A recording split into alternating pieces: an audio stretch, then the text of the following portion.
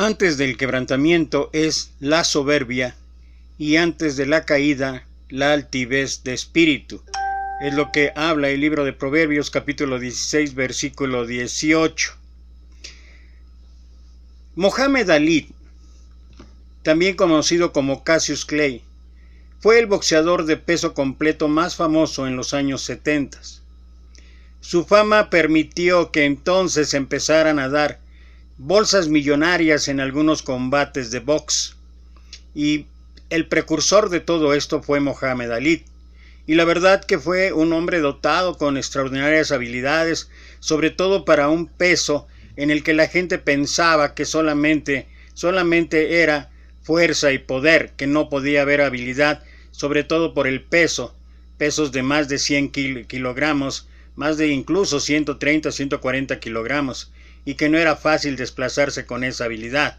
Pero Mohamed Ali había sido bendecido y dotado con esos grandes talentos, esos grandes dones. Pero la fama creció tanto en su vida que llegó el momento en que él realmente ya no solamente se sentía el mejor boxeador, sino casi prácticamente se sentía un superhéroe. Un superhéroe no solamente de novelas, no solamente de revistas, sino un superhéroe en toda la extensión.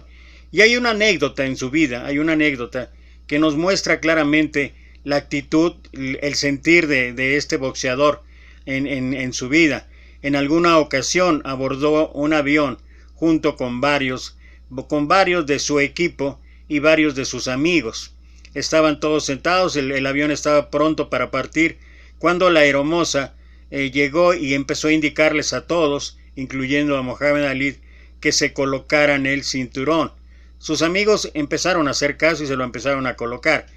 Pero Mohamed Ali, con toda la soberbia, con toda la altivez, con toda la vanidad y todo el orgullo, le dijo a la azafata: ¿acaso no sabe que Superman no necesita cinturón de seguridad? Y al momento todos alrededor de él empezaron a reír de la ocurrencia que había expresado Mohamed Ali. La aeromoza se mantuvo impasible, serena, y lo único que hizo fue contestarle: sí, yo sé que Superman no necesita cinturón de seguridad, pero también sé que Superman no necesita un avión. ¿Qué podemos encontrar como definición de la soberbia? ¿Qué es soberbia? La palabra soberbia proviene del latín superbia y es un sentimiento de valoración de uno mismo por encima de los demás, sobrevaloración del yo respecto de otros.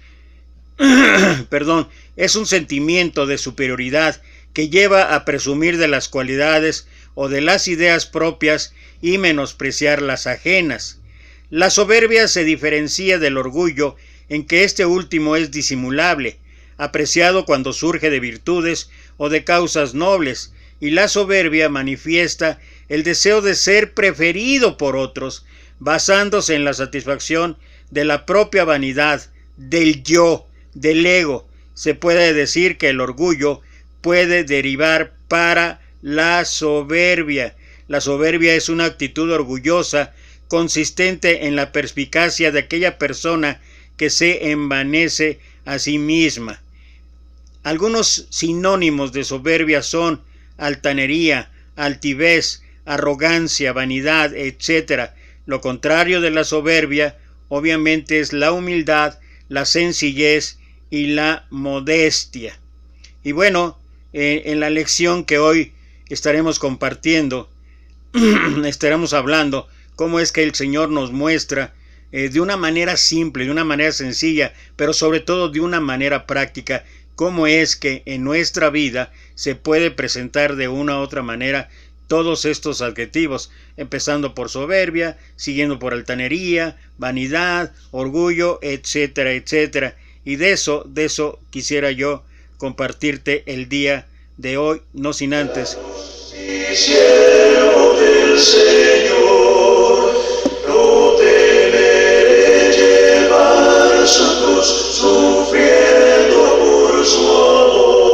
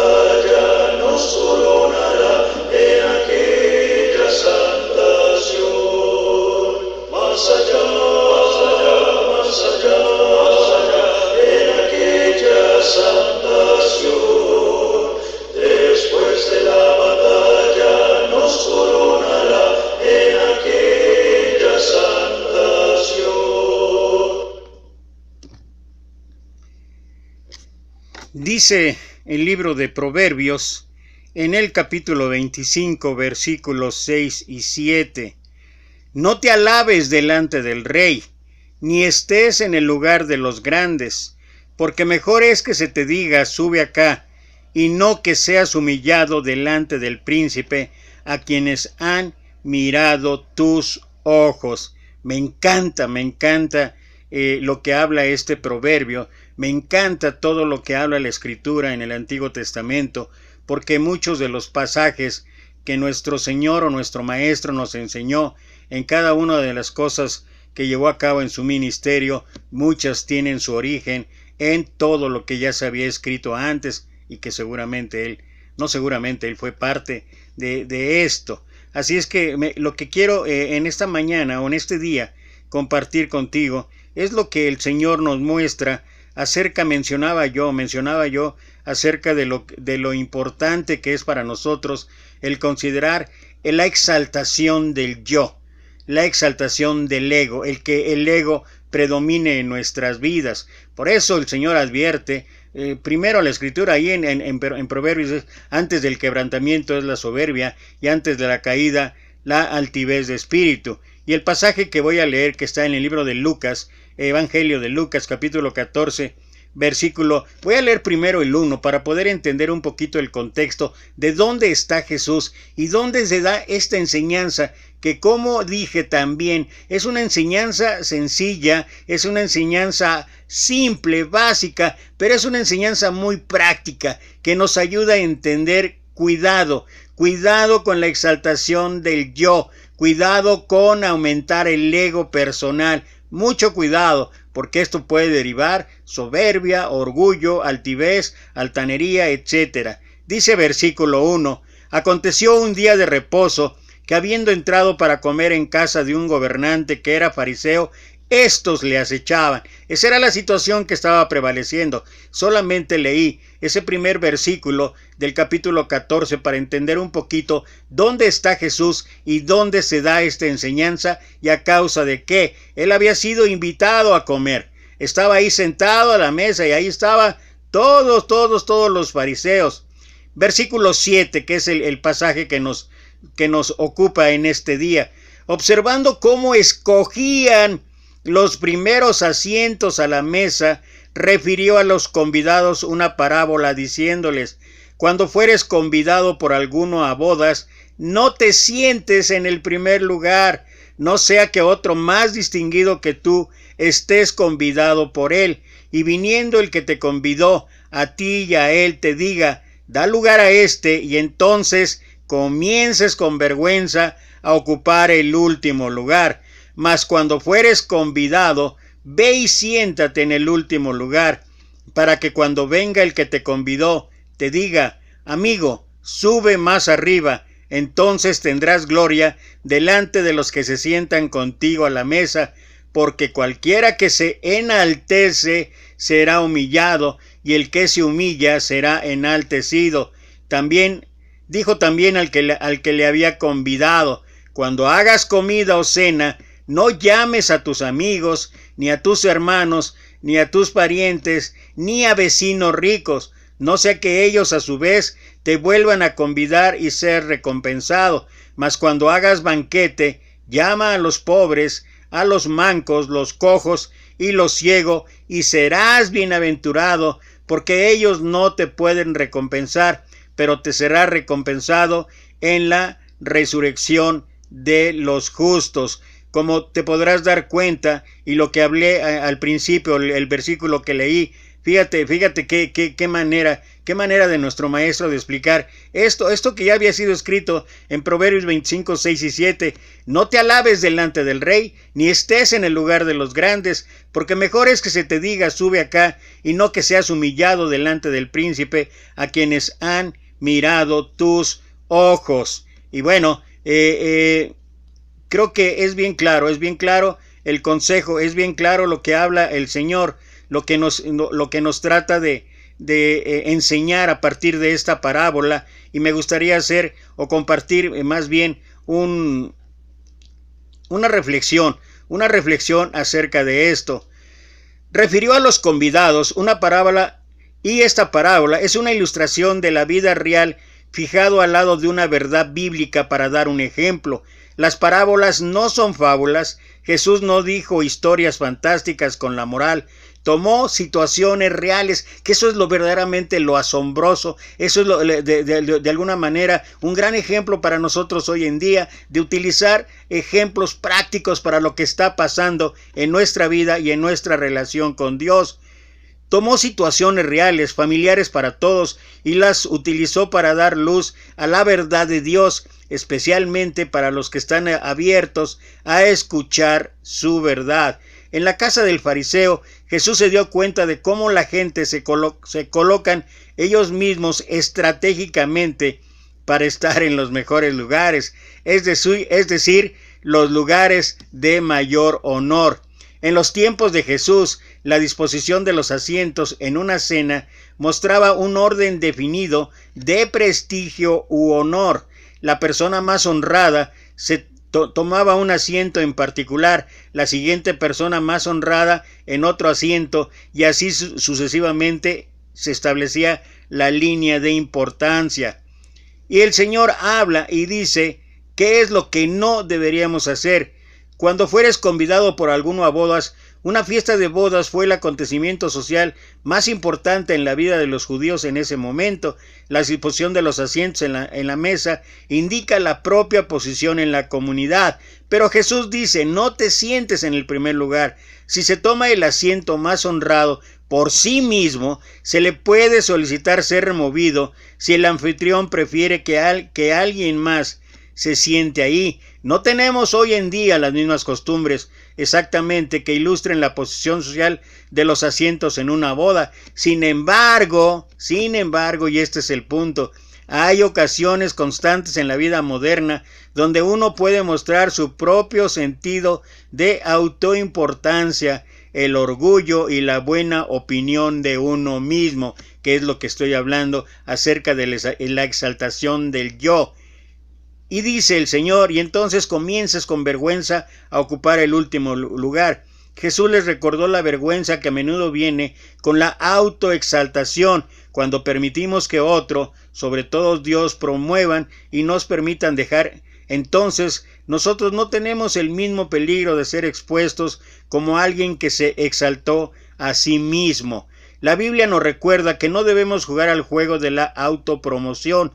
Debemos hacer nuestro trabajo duro y para el Señor y dejar que Dios nos exalte. Humillaos pues bajo la poderosa mano de Dios para que Él os exalte cuando fuere tiempo. Es lo que escribió el apóstol Pablo en primera carta, capítulo 5, versículo 6. Porque ni de oriente, ni de occidente, ni del desierto viene el enaltecimiento, mas Dios es el juez. A este humilla y a aquel enaltece. Esto lo que fue escrito allá en el Salmo, capítulo 75, versículo 6 al 7. Y luego la recomendación: ve y siéntate en el último lugar. Cuando estamos en el lugar más bajo, no estamos ahí solo para llamar la atención, sino de una manera para que podamos ir más allá arriba. Tampoco estamos miserables ahí y dejamos que todos sepan por nuestras expresiones faciales que realmente no pertenecemos ahí. Hay algo maravilloso en ser parte de cualquier lugar que Dios nos permita tener. Jesús no solo está enseñando buenos modales, sino un estilo de vida que nada hagáis, que corresponde a lo que Pablo escribió ahí en Filipenses capítulo 2 versículo 3. Nada hagáis por contienda o vanagloria, antes bien con humildad, estimando cada uno a los demás como superiores a él mismo. Y luego el Señor dice, en su lugar nos abrazamos con alegría en el lugar más bajo. No estamos llenos de una alta opinión como de nosotros mismos, que pensamos que no pertenecemos ahí. Si el dueño de la fiesta era para elevarnos a un lugar más prominente, entonces sería muchísimo más satisfactorio. Y luego, especialmente en el servicio cristiano, hay algo maravilloso en saber que Dios te ha levantado en lugar de elevarte a ti mismo a la prominencia de algún tipo. Cuando buscamos tomar honor para nosotros mismos, siempre vamos a ser humildes, si no en la tierra y y luego por toda la eternidad. La promesa de la exaltación para los humildes y la humillación para los orgullosos al final será cumplido en la eternidad. No tenemos la misma situación cultural para las bodas hoy en día, pero sin duda tienen el deseo de entender para una determinada posición o estatus, que es lo que hablábamos en cuanto a las condiciones, tal vez no sean las mismas que prevalecían allá en el primer siglo, e incluso aprender a hacer nuestro aferramiento con un barniz espiritual. Podemos elegir el lugar bajo y actuar mansos y humildes para que otros puedan notar cuán humildes somos. Esta es una forma sutil de orgullo espiritual que es muy peligrosa. Cuando llegamos a nuestra propia posición, ya sea a través del exterior o el orgullo sutil, incluso podemos decir, fue el Señor, pero en nuestro corazón sabemos que fuimos nosotros. Y cómo abunda esto de verdad. Y voy a mencionar algunos ejemplos más tarde. Nuestro propio cálculo, nuestros propios esquemas, nuestro aferramiento. Debemos recordar las palabras de un hombre que dijo, en lo que el hombre hace sin Dios, debe fracassar miserablemente o tener éxito más miserablemente. Y luego, Jesús era el perfecto para enseñar sobre este tema, porque Él lo cumplió perfectamente. Él es el último ejemplo de alguien que merecía el asiento más alto, pero tomó el asiento más bajo y se le concedió después el asiento más alto. Esto es lo que narra el apóstol Pablo en Filipenses capítulo 2, versículos 5 y hasta el 11, y particularmente después de hacerse obediente hasta la muerte y muerte de cruz, habla acerca de cómo Dios lo ha exaltado y le ha dado un nombre que es sobre todo nombre, para que en el nombre de Jesús se doble toda rodilla de los que están en el cielo y en la tierra, y etcétera, etcétera, etcétera.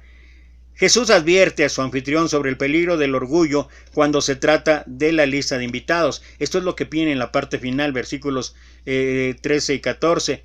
Dijo también al que le había convidado, cuando hagas comida o cena, no llames a tus amigos, ni a tus hermanos, ni a tus parientes, ni a vecinos ricos, no sea que ellos a su vez te vuelvan a convidar y seas recompensado. Mas cuando hagas banquetes, llama a los pobres, los mancos, los cojos y los ciegos, y será bienaventurado, porque ellos no te pueden recompensar, pero te será recompensado en la resurrección de los justos. Cuando hagas comida o cena. Jesús habló esto específicamente a quien lo invitó. Jesús vio que su anfitrión escogió a sus invitados de un sentimiento de exclusión y el orgullo, a falta de amor a los demás. Jesús le dijo que le preguntara no solo a aquellos que podían pagar algo al anfitrión. No llames, más propiamente, habitualmente no llames, como dice heldendeus, la raíz griega. No está de mal invitar siempre a tus amigos, a tus hermanos, y así sucesivamente, pero no es correcto solo invitar a esas personas. Perdón, no sea que ellos a su vez te vuelvan a convidar y de una u otra manera entonces habrás sido recompensado. Es un error asociarse únicamente con la gente que nos puede hacer avanzar o dar algo a nosotros. Es fácil para nosotros limitar nuestros amigos a unas pocas personas confortables, fáciles, en lugar de llegar a los demás.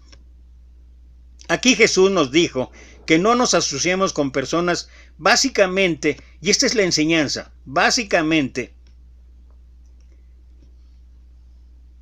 sobre la base de lo que podían hacer por nosotros. Esa es la vida centrada en sí misma. Estamos llamados a seguir a Jesús y Él mostró la vida centrada no en Él, sino en otros. Hay algo maravilloso en dar, un regalo que nunca se puede pagar. Esta es una de las mayores bendiciones que Jesús habla cuando expresa más bienaventurado es dar que recibir. Esto ayuda a explicar parte del placer de Dios al dar el regalo de la salvación,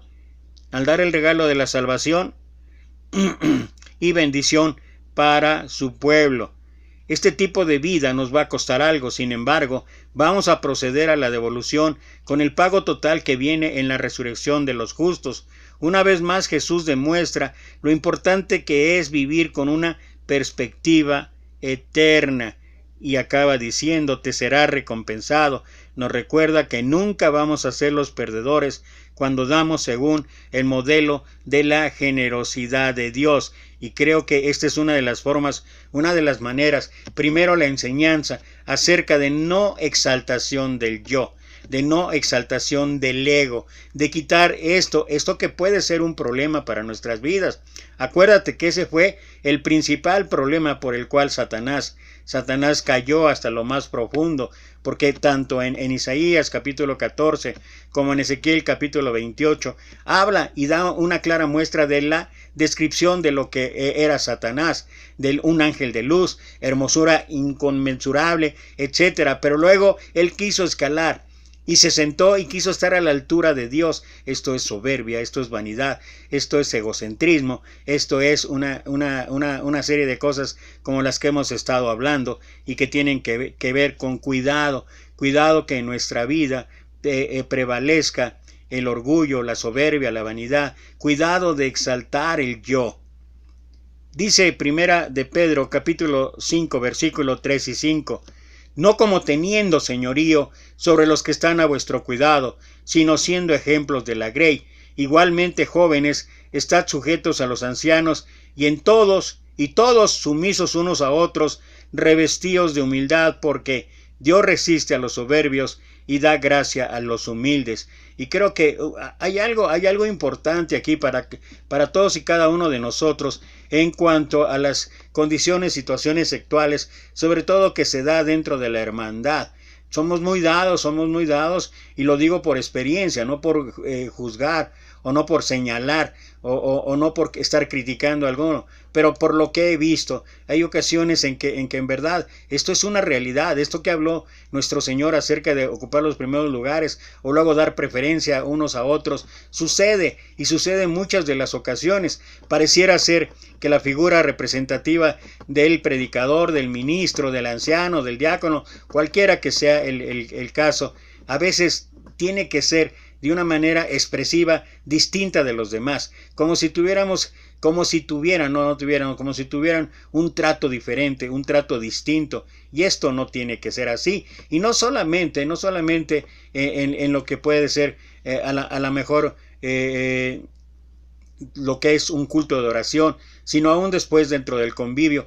Parece ser que la persona más representativa es aquel que expuso el mensaje, es aquel que predicó, es aquel que vino, y sobre todo si es alguien que trae blasones bien ganados, podemos decir así, credenciales altas.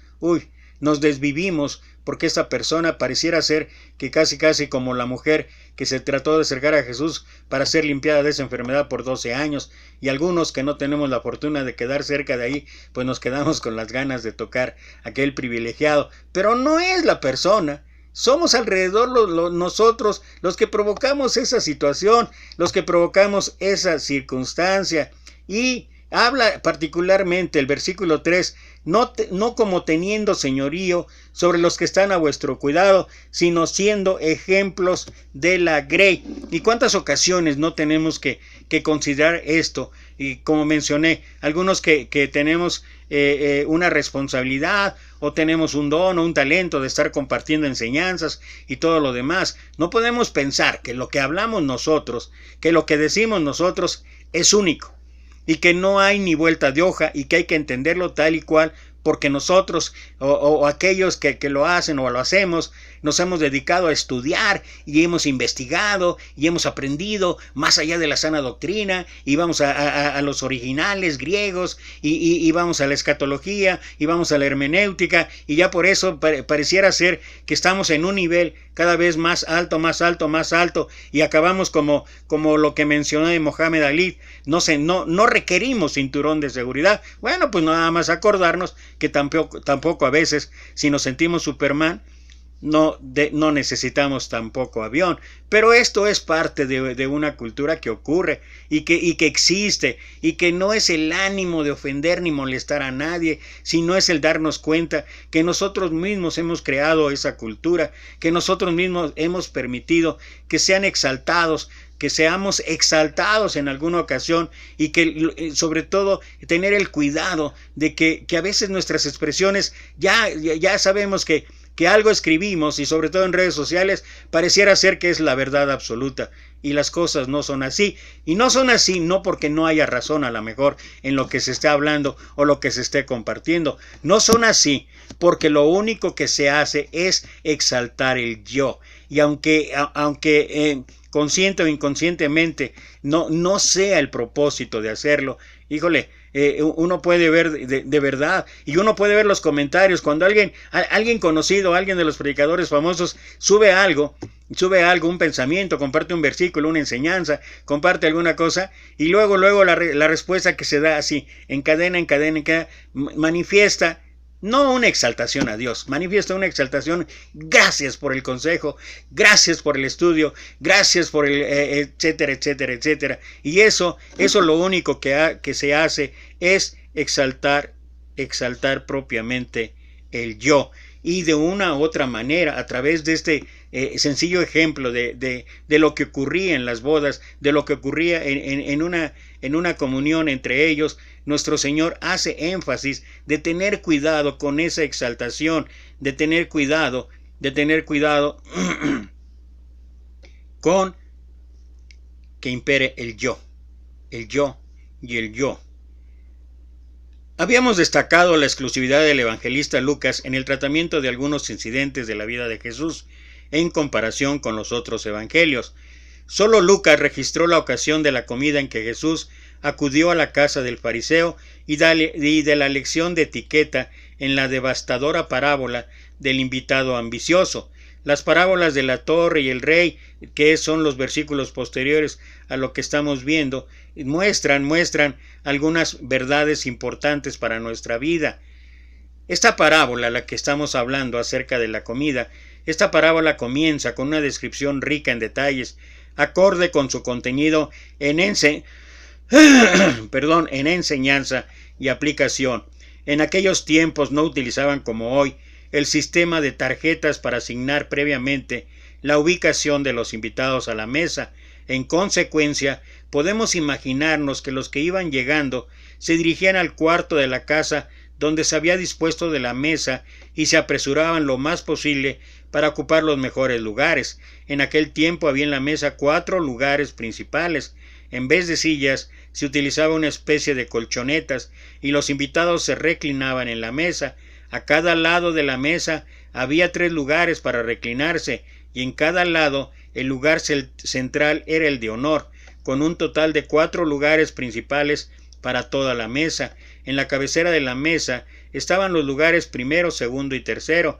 El segundo lugar o lugar central era el lugar de honor. Alrededor, en el otro lado, estaban los lugares cuarto, quinto y sexto, y el lugar de honor era el quinto. Continuando alrededor de la mesa, en el otro lado, estaban los lugares séptimo, octavo y noveno, con el lugar octavo como lugar de honor, y en el cuarto, al lado de la mesa, el lugar undécimo era el lugar de honor.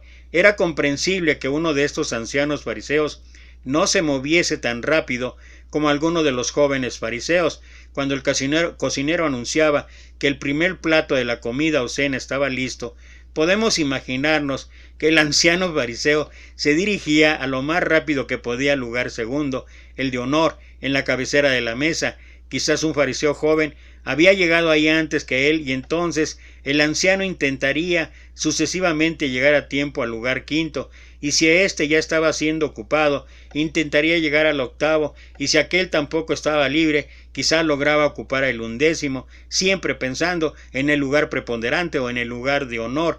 Aunque este era el de menor importancia, aún se consideraba un lugar de honor.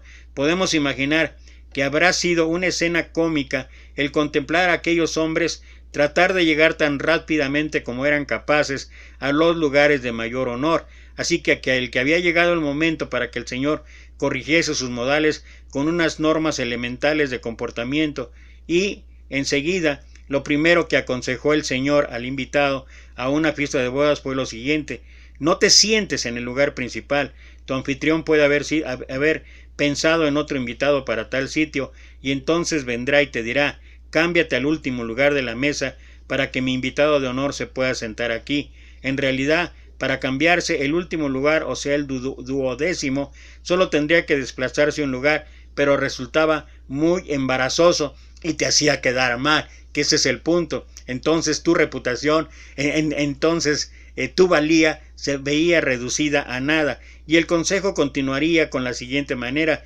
vete siempre al lugar menos importante de la mesa, no tendrás dificultad para conseguir ocuparlo, porque nadie más intenta situarse ahí. Y aunque, como hemos mencionado, no es la cultura hoy en día, es increíble ver esto cuando hay una fiesta, cualquiera que sea esto. Cuando hay una fiesta y todos están tratando no solamente de ocupar lugares preponderantes, algunos en el mundo, sobre todo se trata de ocupar los lugares que estén cerca de la música o que estén cerca de la pista de baile, para poder tener acceso de ir y venir, algunos que estén cerca a lo mejor de la mesa de postres, o a lo mejor cerca de donde está el banquete, y luego si es un banquete de buffet, todavía más, ¿no? Pero hay algunas consideraciones que vale la pena considerar y tomar en cuenta. ¿Por qué? Porque esto al final de cuentas representa la exaltación del yo, primero yo, luego yo, después yo, y al final yo. Entonces, cuando el anfitrión venga y vea donde estás sentado, te dirá: tú eres mi invitado especial, por favor ocupa el lugar de honor. Entonces será otro el que tendrá que cambiarse de lugar. En fin, esos serían buenos modales y justamente el comportamiento opuesto a la habitual carrera de este grupo de ocupar los primeros lugares. Y bueno, ahí va hablando el Señor en cuanto a todo lo que ya leímos en el pasaje. Aquí el Señor estaba exponiendo como gran principio la mayoría con vida, y esa es la parte final de este pasaje que leí. Aquí el Señor está exponiendo como otro gran principio la mayoría con vida a cenar, siempre a los mismos invitados. Ellos vienen una vez y la vez siguiente. Estos son los que invitarán, y así sucesivamente. El Señor estaba condenando una práctica exclusiva de la hospitalidad con aquellos que podían corresponder la invitación, porque podían permitírselo por su propia posición social. Él estaba proponiendo que se abriesen las puertas de la hospitalidad para los necesitados y minusválidos, aquellos que por su situación de indigencia no podrían recompensar la invitación ni las atenciones recibidas, ni contribuir al prestigio social de nadie. Ello era dar con generosidad sin esperar recibir nada a cambio. Y creo que en ese sentido las cosas no han cambiado. Durante los pasajes que analizamos, compartimos o reflexionamos acerca del Sermón del Monte, particularmente capítulo 5, versículos 40 y tantos en adelante hasta el final, el Señor habla acerca del amor a los enemigos, pero particularmente habla y reflexiona en 2 versículos donde dice: si amáis a los que te aman, ¿qué mérito tenéis? Si saludáis a los que te saludan, ¿qué mérito tenéis? Aquí nuevamente el Señor habla en torno acerca de esto, pero además añade que cuando se trata de una situación así, aquellos que por su situación de indigencia no podrían recompensar la invitación, ni las atenciones recibidas, ni contribuir al prestigio social de nadie, ello era dar con generosidad, sin esperar recibir nada a cambio. Generalmente tenemos una cultura una cultura de reciprocidad, y ya en su momento hablamos y explicamos esto, pero esa cultura de reciprocidad es siempre estar esperando que damos algo, esperando recibir a cambio algo parecido o mejor todavía, y así no es como nos mostró el Maestro, y así no es como funciona en el reino de Dios. Y esto también puede ser un común en nuestras iglesias, en nuestras congregaciones. Hay ocasiones en que de verdad la gente que menos tiene, yo recuerdo mucho cuando se hacían banquetes en varias congregaciones donde he estado, se hacían banquetes y generalmente la gente más humilde, al final del servicio de adoración, la gente se levantaba y se iba, y a pesar de porque tratamos en muchas maneras de insistir, mira, no importa, es una cooperación de todos, con un guiso, con lo que sea, pero más importante que todo eso era su presencia. Algunos no lo entienden así, y lo que hacían es que se levantaban y les daba pena no cooperar y se iban, y nosotros, pues muchos sí, y voy a hablar de los demás, muchos sí reaccionaban e iban a buscar a estas gentes, pero otros, y aquí me voy a incluir yo, esto es mi autocrítica, ahí yo, donde decía, no, pues qué bueno, mejor que nos quedamos puros cuates. Esa no es la enseñanza del maestro. Y la verdad es que de una u otra manera nosotros tenemos que entender eso, de que dice el apóstol Pablo, Gálatas capítulo 1, versículo 10, busco ahora el favor de los hombres o el de Dios, pues si buscara el favor de los hombres no sería siervo de Jesucristo. Y eso tiene que ver con todo esto que estamos hablando y lo que el Señor explicó en estos últimos 2 versículos. ¿Con quién queremos quedar bien? Si nosotros queremos quedar bien con Dios, entonces atendamos el consejo, atendamos la enseñanza, atendamos el mandato de lo que dice el Señor.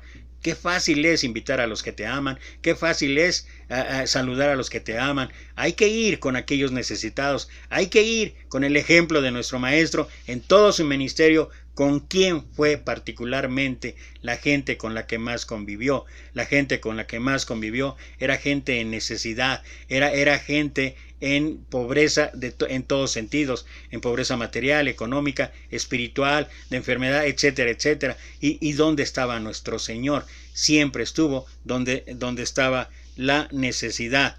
Y bueno, no me quiero ya extender porque me he extendido mucho en estos últimos 2 mensajes, pero dice Proverbios capítulo 8, versículo 13, regresando otra vez a lo de la soberbia y la exaltación del yo. El temor de Jehová es aborrecer el mal, la soberbia y la arrogancia, el mal camino, y la boca perversa aborrezco. Voy a volver a leer Proverbios 8:13. El temor de Jehová es aborrecer el mal, la soberbia y la arrogancia, el mal camino y la boca perversa aborrezco. Son palabras de Dios.